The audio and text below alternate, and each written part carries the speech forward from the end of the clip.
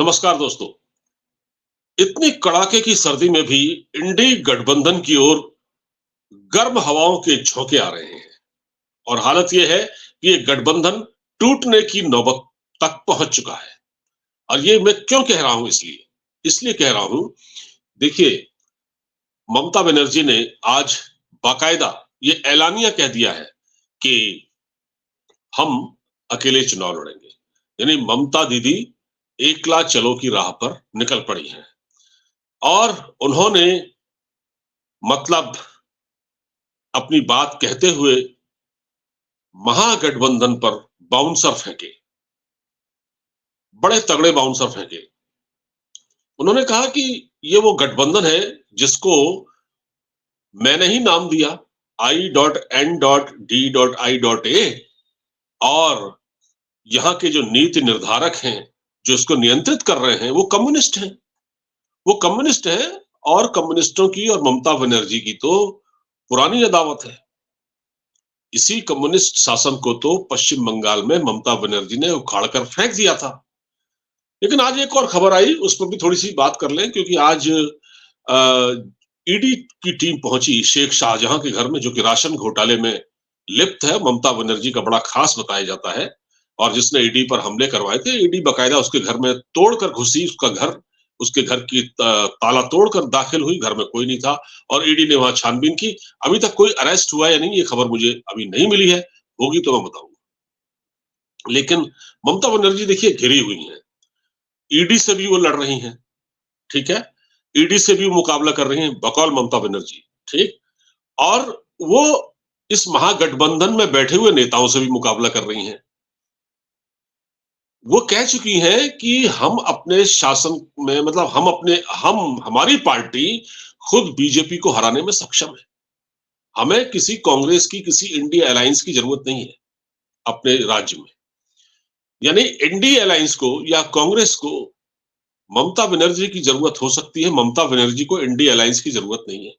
ये बात वो कह चुकी हैं। और ये वो भी कह चुकी हैं कि हम राज्य में कांग्रेस को अगर हमारे साथ सीट शेयरिंग होती है तो हम 10-12 सीटें नहीं दे सकते। कांग्रेस 10-12 सीटें मांग रही है, लेकिन ममता बनर्जी केवल 1 या 2 सीटें देने को तैयार है। उनको उनका साफ कहना है कि भाई हम तो, मतलब ये अलायंस मेरे लिए कुछ नहीं है। ये जो अलायंस खड़ा है, मुझे तो पश्चिम बंगाल में चुनाव लड़ना है भाई, ठीक है, मैं अपने राज्य का देखूंगी। पिछले लोकसभा चुनाव में आपको मालूम है कि जो बीजेपी ने बड़ा अच्छा प्रदर्शन किया था, 18 सीटें जीती थी वहां लोकसभा चुनाव में। इससे पहले बीजेपी की एक भी सीट नहीं आती थी, लेकिन वहां बीजेपी ने 18 सीटें हासिल की। तो असल चुनौती तो पश्चिम बंगाल में है ममता बनर्जी की।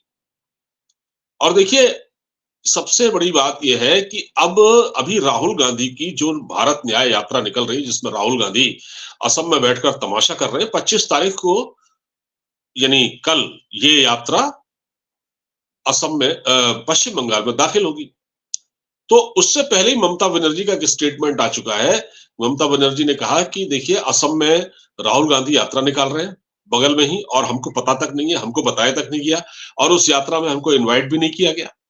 इससे एक और नाराजगी ममता बनर्जी के अंदर है। तो अब देखना बड़ा दिलचस्प होगा कि अगर जब ये यात्रा पश्चिम बंगाल में प्रवेश करेगी, तब माजरा क्या होगा, तब वो नजारा क्या होगा, वो बड़ा दिलचस्प होगा देखने में।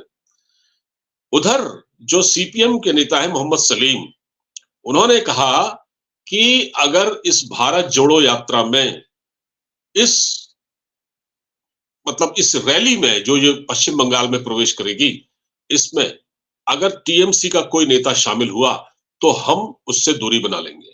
तो लेफ्ट पार्टी नाराज है।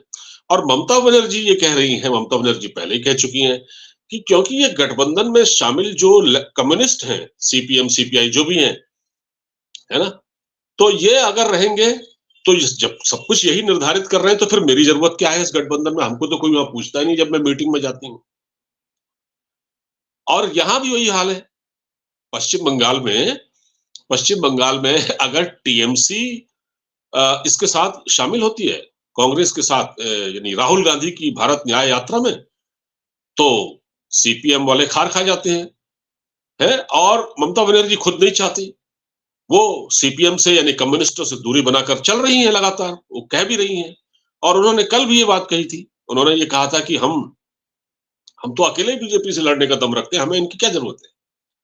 यानी ये तो सब डरपोक हैं, अकेला मैं बीजेपी का मुकाबला कर रही हूँ, ये अपने ऊपर उन्होंने एक मतलब अपनी तारीफ खुद की। पश्चिम बंगाल में ममता बनर्जी ने अपनी तारीफ खुद की। तो अब ये बड़ा देखना दिलचस्प होगा कि जब ये यात्रा पहुंचेगी अंदर, तो क्या वहां तमाशा नहीं होगा? क्या टीएमसी राहुल गांधी के साथ दिखेंगी? क्या ममता बनर्जी राहुल गांधी के साथ उस रैली में दिखेंगी? क्या वहां जिस प्रकार का तमाशा राहुल गांधी कर रहे हैं असम में, क्या ऐसा ही तमाशा वो पश्चिम बंगाल में करेंगे? क्योंकि वहां तो फिर ममता बनर्जी का लठ चलता है ना, वहां तो वो किसी को कुछ नहीं समझती, उनके लिए कोई कुछ नहीं है। वही है जो है पश्चिम बंगाल में, और उनकी काम करने का तरीका आपको पता ही है। बड़े ऑटोक्रेटिक वे में वो काम करती हैं। वो मुख्यमंत्री हैं जो ईडी पर हमला करवा सकती हैं। ईडी की टीम पर उनका एक नेता हमला करवा सकता है। वो सीबीआई की टीम को अपने यहाँ बंधक बना सकती हैं। उनको अरेस्ट करवा सकती हैं। तो ममता बनर्जी क्या नहीं कर सकती? तो क्या राहुल गांधी वहां भी कुछ करने की सोच रहे हैं? क्या ममता बनर्जी उनकी रैली में शामिल होंगी? उनकी भारत न्याय यात्रा में शामिल होंगी? भारत न्याय यात्रा यानी इंसाफ दिलाने चले हैं राहुल गांधी। और क्या मोहम्मद सलीम ने जो कहा है, इस बात पर गौर नहीं किया टीएमसी ने, ममता बनर्जी ने? उन्होंने तो कह दिया है कि अगर टीएमसी इस रैली में शामिल हुई तो फिर हमसे कोई मतलब नहीं है। तो ये देखिए बड़ा दिलचस्प होने जा रहा है। पश्चिम बंगाल में 42 लोकसभा सीटें हैं कुल मिलाकर, और 42 में से पिछली बार ममता बनर्जी ने अच्छी खासी सीटें जीती थी। 18-19 सीटें बीजेपी के हिस्से में आई थी, 22-24 सीटें ममता बनर्जी ने जीती थी। तो ये सब चल रहा है। मैं तो इस बात का इंतजार कर रहा हूँ कि कब ये यात्रा पश्चिम बंगाल की सीमा में दाखिल हो, और फिर मजा आएगा देखने में कि क्या होगा वहां।